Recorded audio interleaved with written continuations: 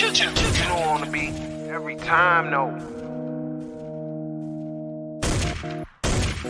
I would like to personally welcome you to MANHOUR After Dark. Say that then. While I bring you the host, Mike, Buck, and Cone. You know who's coming to the stage. Sports talk than what you about to hear right here. I second that. Go. You know that it's us when we talking about sports. Giving you facts on the field to the court. Tune in, we need the support. 1 hour too short, still listen some more. On all your stations, not dropping no music. Stripes like Adidas, but Nike just do it. Down 4 in the 4th, we go for the win. Michael 2 seconds, we taking it in. Buck, Mike, and Combs, you know what's going on. Man, now we're After Dark, no LA, we the big spark. No 4th and inches won't cut short. Got the best talking, it's all sports. Buzzing more than buzzer beaters. We coming live, all 3 speaks go.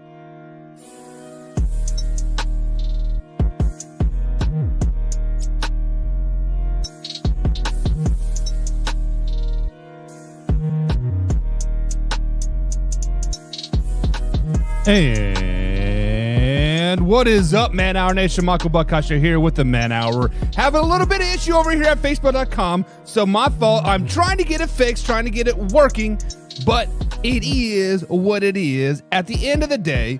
And this is live, raw, uncut sports talk. I tried to be all fancy with the shit again, and bada bing, bada boom. It always, that's right, it always bites you in the butt when you try to do something that you're just not used to, right? Oh, that is the wrong button again. See? It just, yeah, when you try to do fancy stuff, it doesn't always work for you. But it is what it is. Hopefully you guys are all enjoying some MANHOUR here. I'm trying to go live. I don't know what is going on, to be honest with you. I just don't know. I'm trying, guys. I am trying. I'm trying. But this is, like I said, this is live, raw, uncut sports talk. Michael Buckasher, head over to manhourradio.com. Check out the merchandise page. Of course, check out the blog section as well. We are live every Monday through Friday, 2 p.m. East Coast time, right here at youtube.com. And, of course, facebook.com/MANHOUR. But for whatever reason, like I said, it's messed up today. Oh, man. Got Katie Wilson in the chat from YouTube, at least. YouTube's working. What's up, Katie? Hope you're having a grand old day. Katie, if you want to do me a solid, grab the YouTube link, head over to facebook.com, click on the MANHOUR page, and say, hey, guys, come over to MANHOUR on YouTube, because Buck's an idiot. That would be the most gracious thing you could ever do to me right now, because I bombed it. And now, Mike's thoughts. As today we dive into Mike's thoughts here, David Bakhtiari, offensive lineman for the Green Bay Packers, says, and I quote, "We are in a rebuild mode. It would be disrespectful to say if we're not after losing a Hall of Fame quarterback." David Bakhtiari has basically been on the stance ever since Aaron Rodgers trade rumors have been surfacing back in like March, right? He's saying, hey, we're in a rebuild mode. We are in a rebuild mode. So I got to thinking here, if you're really in a rebuild mode, David Bakhtiari, why are you still at Green Bay Packers? Why did you not get traded and shipped off the shit? You have not been healthy in 3 or 4 years, right? You are 31 years old. Granted, that is not old as an NFL lineman, but it's older. and you are eating up a huge chunk of the salary cap. So when I got to dive deep into the Green Bay Packers roster, yes, they are a very, very young team. The wide receiver core as a whole, the oldest player is 24 years old, and that's Christian Watson. They still have Romeo Dobbs. They have Jalen Reed, right? Very, very good guys. Luke Musgrave as a tight end is going to be huge for them. Still have a pretty good defense. Preston Smith, TJ Walker, Kenny Clark, Quay Walker, Rashad Gray, right? Jair Alexander. Very, very good defense still. Pretty good offense. Really the only thing that's, quote, rebuilding right now, David Bakhtiari, is Jordan Love. And yes, it is going to be a big transition to transfer from Aaron Rodgers to Jordan Love. It was a big transfer from Brett Favre to Aaron Rodgers. But to say the Packers are in a rebuild mode, guys, this is kind of an asinine comment at the end of the day. I'm just going to be flat out honest. I think it is dumb that you think it is a rebuild. Because you basically have the same team that you had last year, minus Lazard, minus Randall Cobb, minus Aaron Rodgers, right? Aaron Rodgers that hasn't been doing a whole much for you the last couple of seasons anyways. Alan Lazard he's a good receiver, but Christian Watson is better, right? Randall Cobb, good receiver when he was, healthy all the time, but I'd rather have a Romeo Dobbs, right? Mercedes Lewis, 44-year-old man himself. Luke Musgrave is a great addition. So stop all with this rebuild crap, because the Green Bay Packers, guys, they're going to be a pretty good team this season. Sleep on them all you want, but let's look at their schedule. Week 1, they travel to Chicago. That's a dub. Week 2, travel to Atlanta. That's a dub. Week 3 at home versus the New Orleans Saints. That's a dub. Thursday night at home versus Detroit Lions. That is a dub. They could easily start the season 4-0. Then on Monday night, they do travel to Las Vegas. That could be a loss. We'll give them that one. Going into bye week here, they got Denver, Minnesota, and the Rams coming up. Let's say they split that 1 and 2 losses to the let's say the Vikings and the Rams. Okay, you're still pretty good. Then you have the Lions again and the Chiefs, and then this is how you end the season. New York Giants, dub. Monday Night Football game. Tampa Bay Buccaneers, dub. Carolina, dub. Minnesota Vikings, going to beat them at least once this season, whether it's early in the season or late in the season, and you're going to sweep the Chicago Bears. That's 10 wins. Chicago twice, Falcons, Saints. You're going to split with the Lions, going to split with the Vikings, going to beat the Rams. You're going to beat the Giants. You're going to beat the Bucs. You're going to beat Carolina. That's 10 wins, guys. 10 wins for the Green Bay Packers. This is not a rebuild mode. This is just a retool mode. This is I went from a Craftsman wrench to a Ryobi wrench. That's all it is. That's all it is. Face it. They're going to be just fine at the end of the day. Alrighty, guys. So I am still having trouble over here at the old Facebook page here for whatever reason. I don't know why.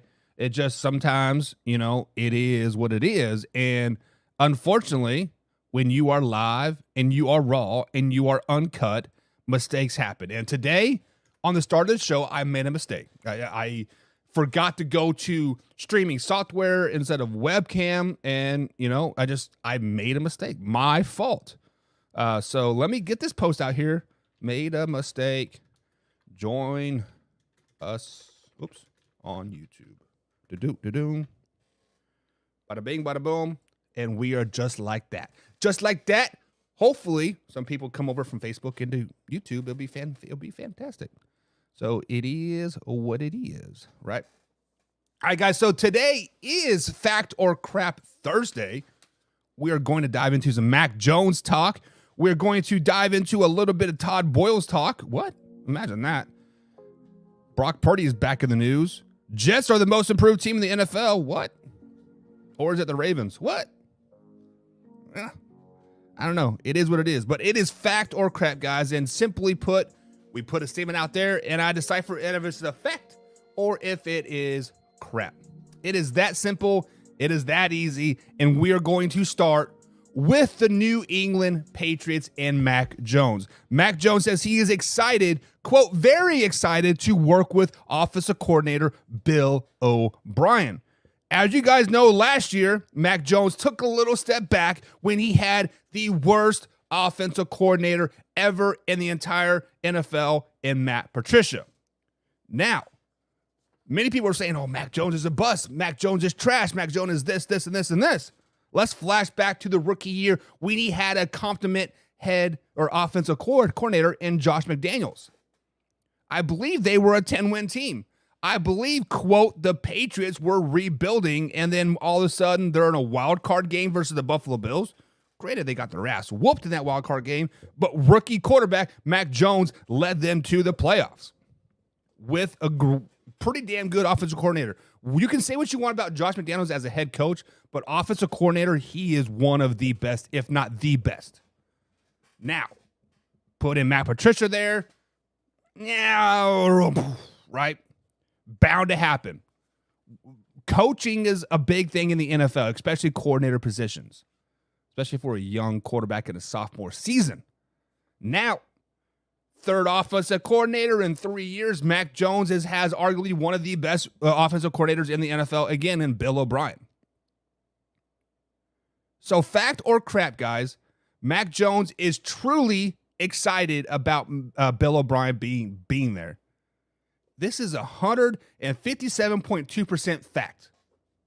This is a fact. Bill O'Brien, the last time he was an offensive coordinator for the New England Patriots, they went to the Super Bowl.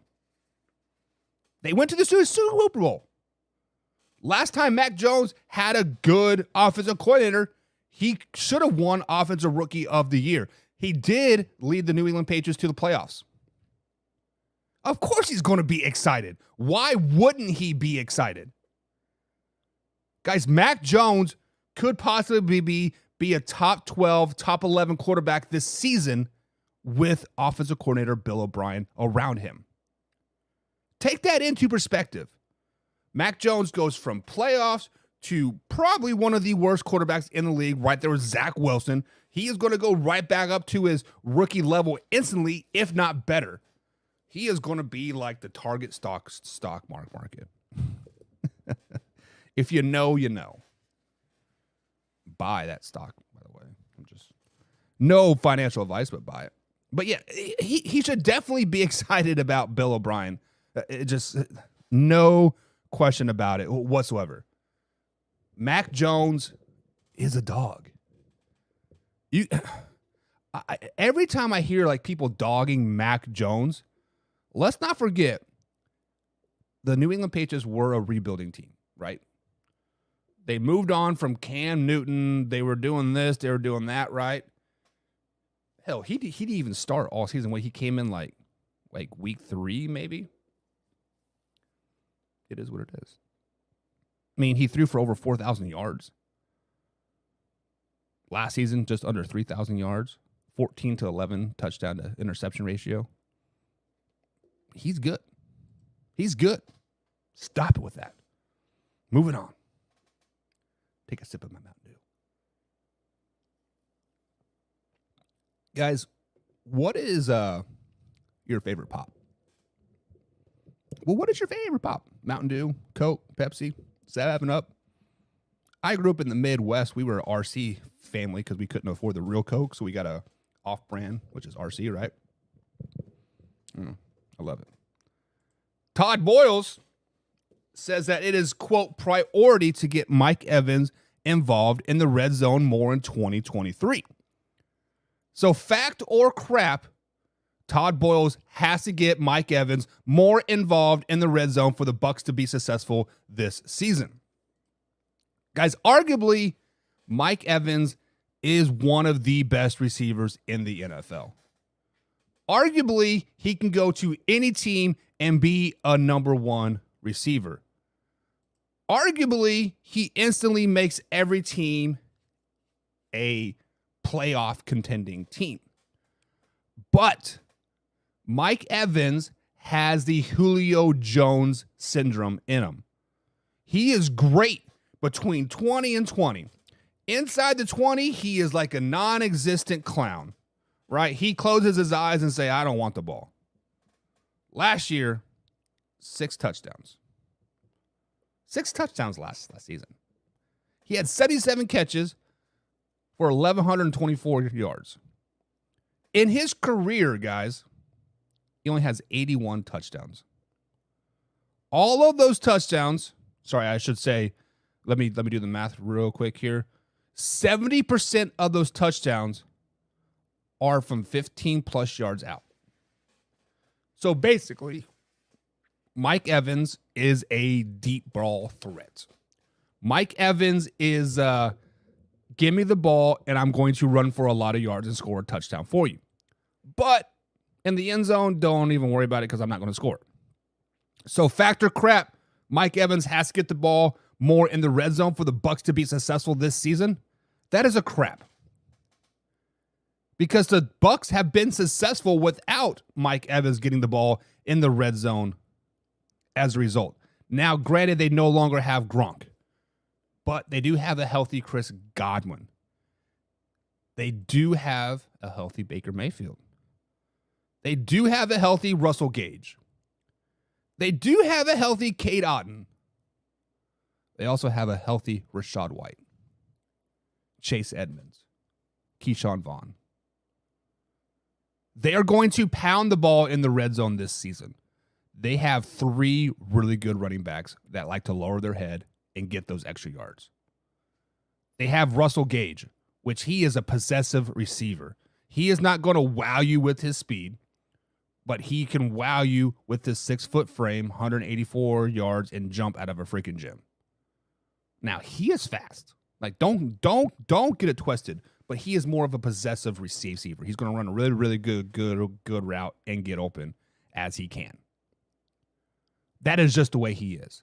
So, fact, Mike Evans doesn't have to get the ball more in the red zone for the Bucs to be successful. But it is crap. But it is a fact that he will find the end zone more because the Bucs are going to be more explosive on the offensive side of the ball this season with Baker Mayfield. Wrap your head around that. Baker Mayfield will be good this season. Sorry, Arthur Brown. Sorry, all you Baker Mayfield haters out there. He's going to be good. Face it. It is what it is. 49ers GM John Lynch says he is very, very encouraged after seeing Brock Purdy's first throwing session of the season. So, guys, fact or crap, Brock Purdy has to make a comeback right now, has to be starter week 1 if he ever wants to start in the NFL again. So when we dive into the San Francisco 49ers quarterback issues, right, they have an issue of keeping quarterbacks healthy. They have an issue of keeping players in general healthy, right?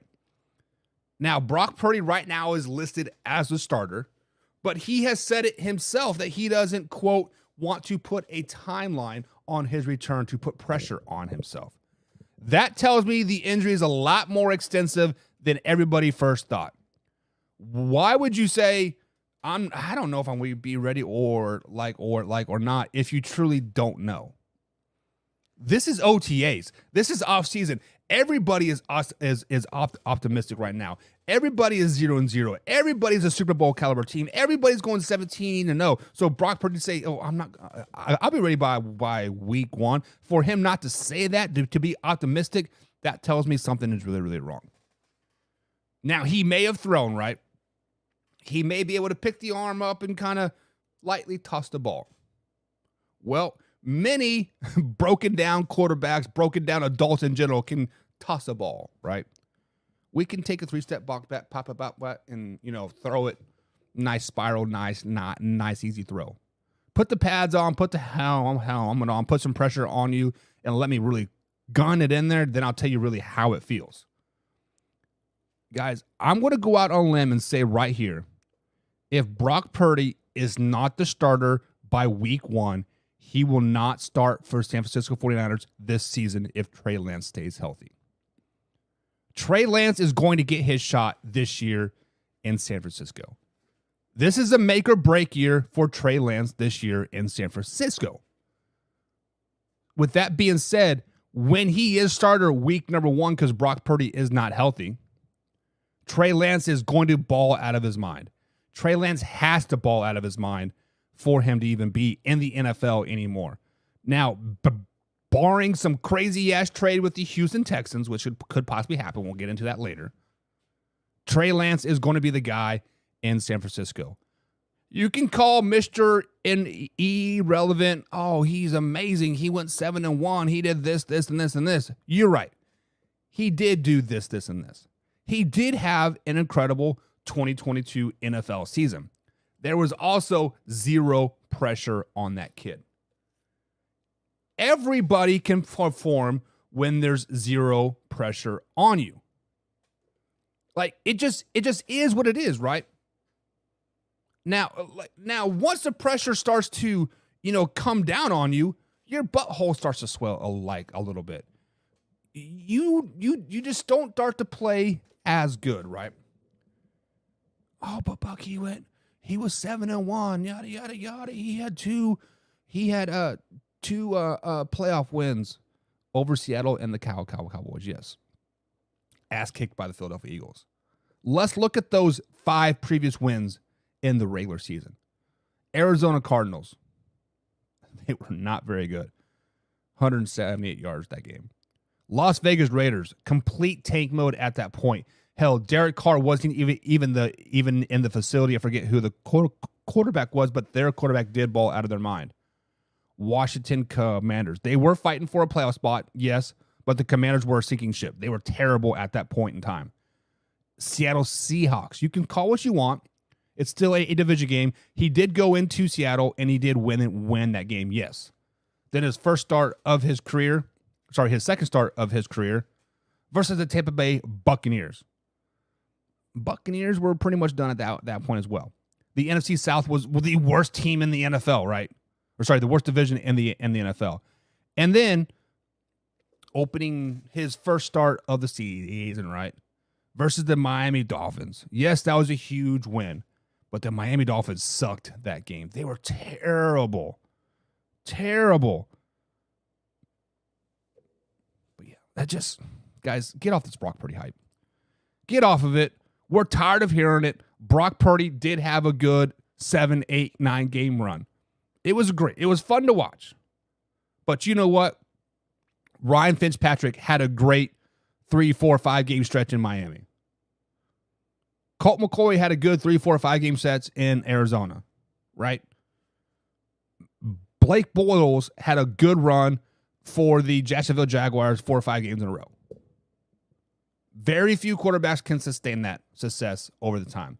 Brock Purdy will have too much pressure on him this season, and it just won't be a good look for them.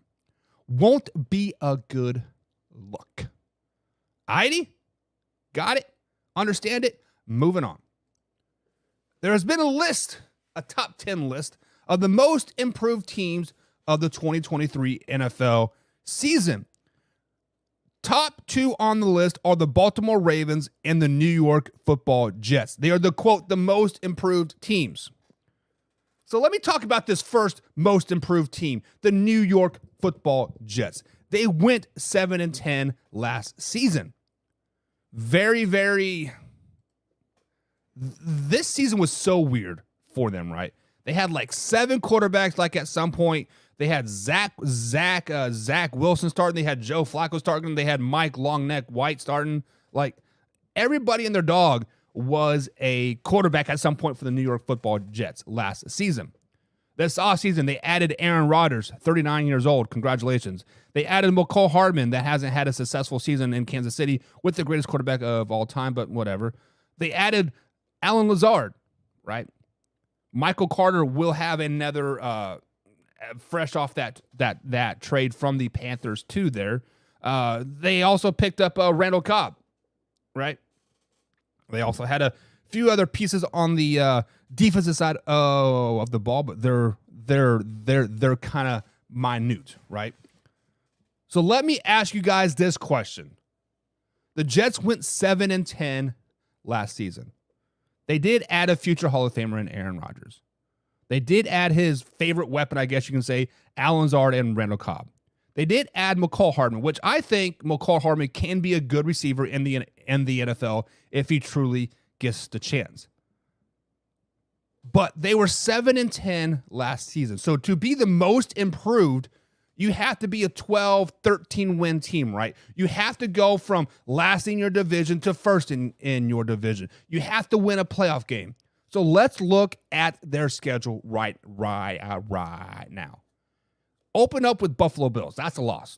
Dallas Cowboys. That's a loss. New England Patriots. That is a loss. Then you play the Kansas City Chiefs. That is a loss.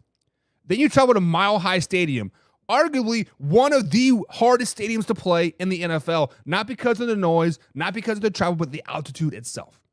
That is a loss. Then you play the Philadelphia Eagles. Week 6, that is a loss. Guys, the New York Football Jets could start the season 0-6. Now, realistically, they'll probably win a game or two there. But let's say they win two games there. Let's go on the high side of things. They're still 2-4. 2-4. That means they have to win out to be the most improved team in the NFL. Let's look at the schedule. Giants, sure. Chargers, sure. Raiders, sure. At Buffalo, sure. Miami come to town, sure. Falcons, Texans, sure. But then you play at Miami, at Cleveland, at New England, at Buffalo. You lose one of any of those games, you are not a 13-win team. Guys, I can see 5 wins realistically for the New York Jets right now. 5 wins realistically. Over Miami, they might split with Miami. They should split with Buffalo. Might beat the Falcons. Might beat the Houston Texans. Both two really surprised teams. Watch out for them both. There's 4. And then maybe Washington. Maybe, because just because it's a home game. 5 wins for the New York Football Jets. They are not the most improved team in the NFL. They might be the most improved team on paper, but they're going to take the most steps back in real life. 39-year-old Aaron Rodgers doesn't tip the scale for me, unfortunately. Adding Alan Lazard, McCall Hardman, and Randall Cobb doesn't skip the tail for me. The Jets are going to be the worst team in the East. The Jets are going to be one of the worst teams in the NFL. The Jets are going to be trash. We out.